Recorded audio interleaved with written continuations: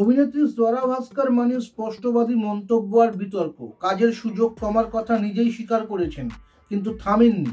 এবার তিনি মুখ খুললেন তার জনপ্রিয় ছবি বীর দি ওয়েডিং এর একটি দৃশ্যের পোশাক নিয়ে। স্বরা সবসময় চেয়েছেন নিজেকে নায়িকার বদলে একজন অভিনেত্রী হিসেবে প্রতিষ্ঠিত করতে, তাই তার বাছাই করা চরিত্রে কম মেকআপ আর পাশের বাড়ির মেয়ে বা প্রান্তিক মানুষের ছাপ থাকতো। কিন্তু বীর দি ওয়েডিং এ তাকে দেখা যায় লাস্যময়ী রূপে। এই ছবিতে তার আলোচিত হস্তমৈথুনের দৃশ্যও ছিল, কিন্তু স্বরার অস্বস্তি ছিল অন্য জায়গায়, পোশাক। ছবির তারিফা গানে স্বরাকে যে স্নান পোশাক পরানো হয়েছিল তা নিয়ে খুবই অস্বস্তি বোধ করেছিলেন তিনি। তিনি জানান, পোশাকটি এতটাই ছোট ছিল যে তার নিজেকে প্রায় অর্ধনগ্ন মনে হচ্ছিল। অস্বস্তি এতটাই ছিল যে মেকআপ সেরে ভ্যানিটি থেকে সেট পর্যন্ত তাকে তোয়ালে জড়িয়ে যেতে হয়েছিল।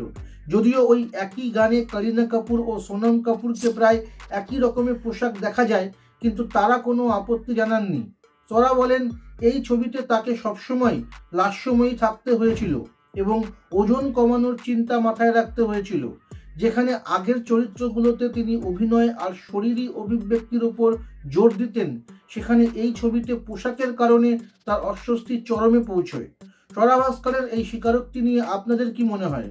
একজন অভিনেত্রীর জন্য পর্দায় নিজের কমফর্ট জোন ভাঙা কতটা জরুরি?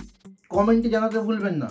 আর আমাদের ভিডিওটি লাইক করুন, চ্যানেলটি ভালো লাগলে অবশ্যই সাবস্ক্রাইব করুন। ধন্যবাদ। ক্লাস 7 থেকে 12 পর্যন্ত ছাত্রছাত্রীদের জন্য Edubhavan online education app Google play store থেকে ফ্রিতে ডাউনলোড করো, লিংক ডেসক্রিপশনে।